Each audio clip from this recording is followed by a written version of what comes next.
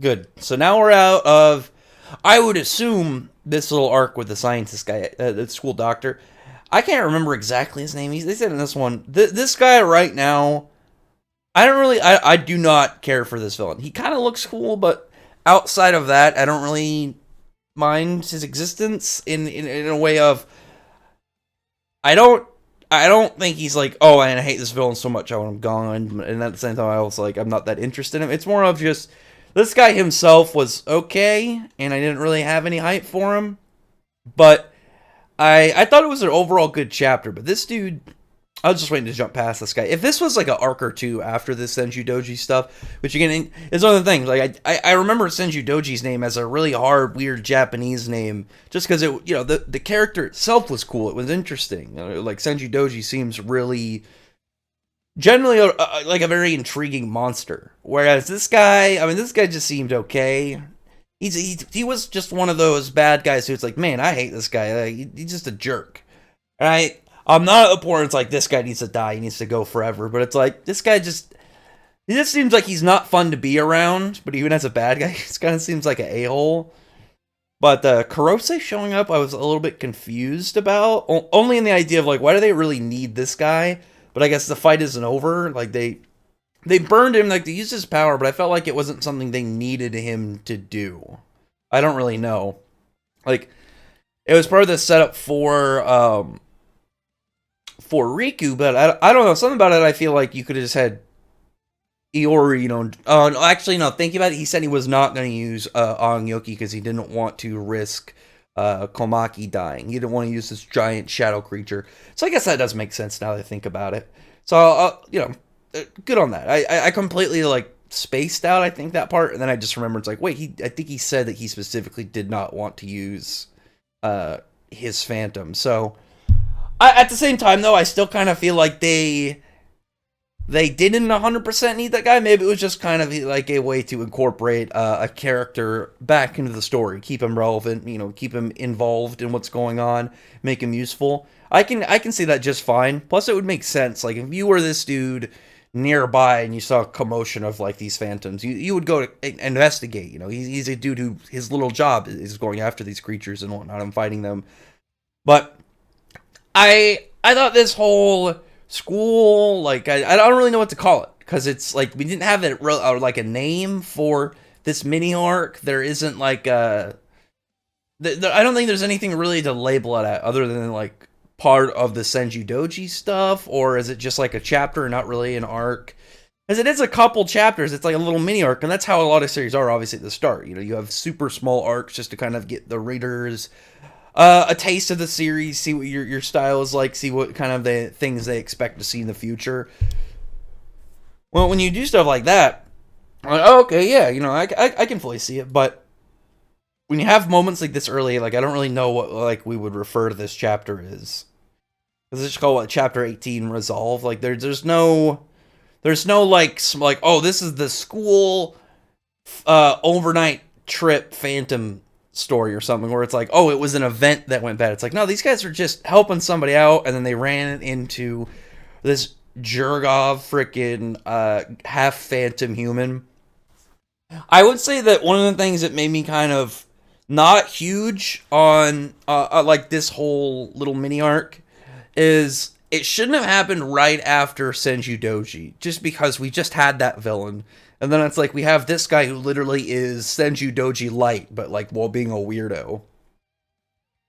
Because when you have it back to back, it just makes you want to compare it a little bit to like the previous guy. It's like this guy just had these powers. The way that I would describe it is there's it's not the same. Like it's obviously not the same series. It'd be a little hard because it's like an anime only. So for those, I would assume like a good amount of people still on my channel. I assume most people that view my channel, obviously not everybody, has read or watched Fairy Tail. There's a part in the anime, so anybody who's not like doesn't watch or read the series, or isn't a fan, doesn't really like, you don't have to, but like there's a part in the anime where there's a short mini arc, and the villain of that arc has like this big dragon robot that they create, and that's right before an arc where the villain like has a dragon mech. Like one of them existed before and it was in the manga, and then eventually they got to in the anime, whereas the the bigger mech that I mentioned that was an anime original.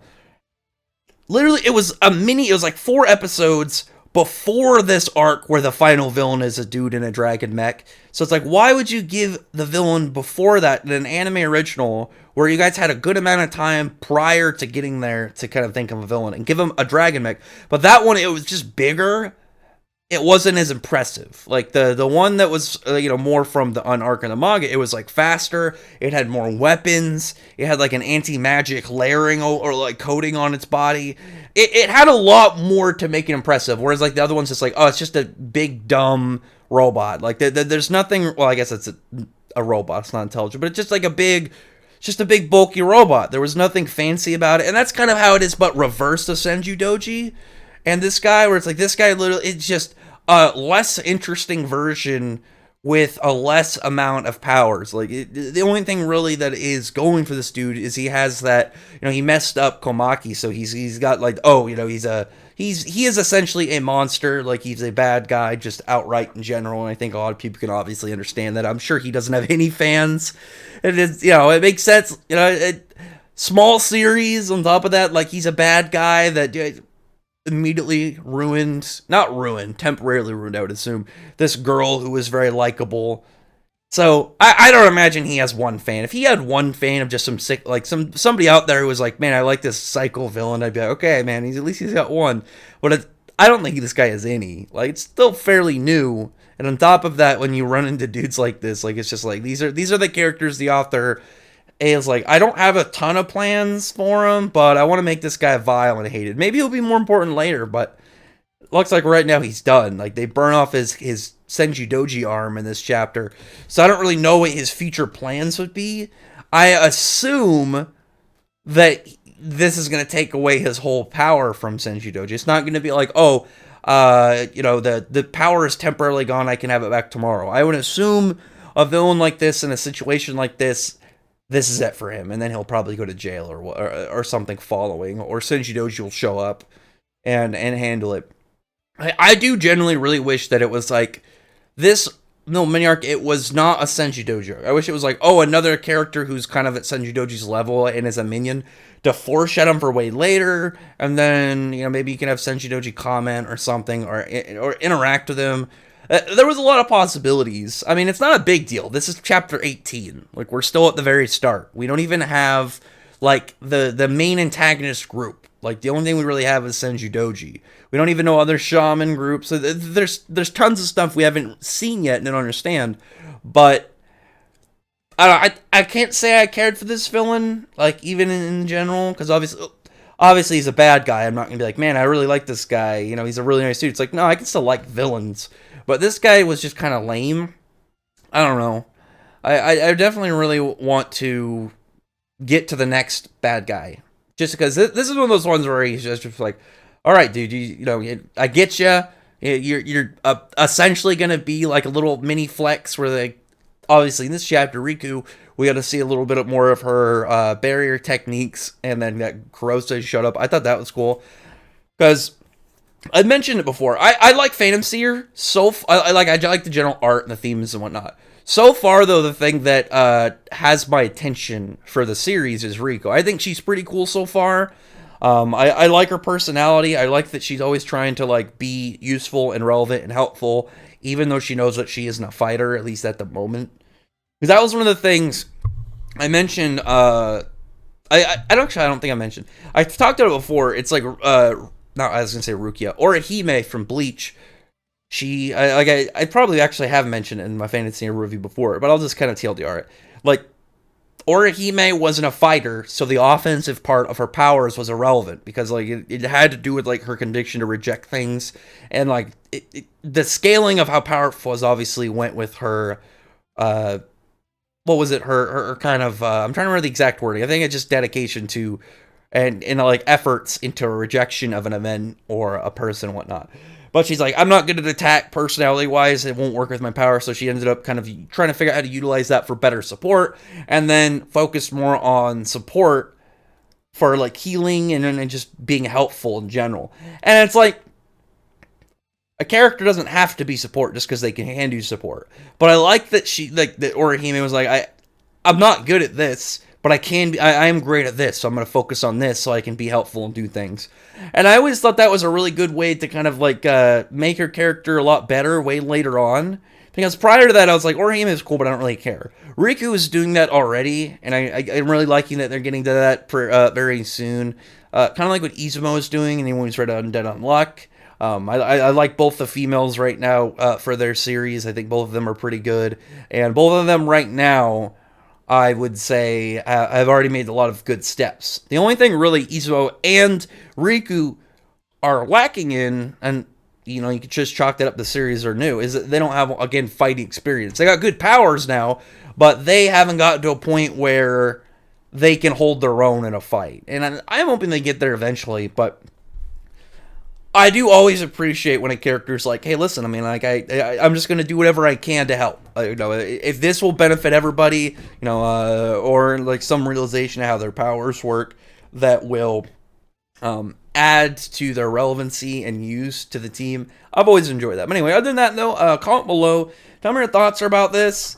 It was like I liked Riku. I liked the general kind of teamwork stuff in this chapter, but I definitely am ready to get over this scientist doctor dude. Like I don't know, he's kind of lame.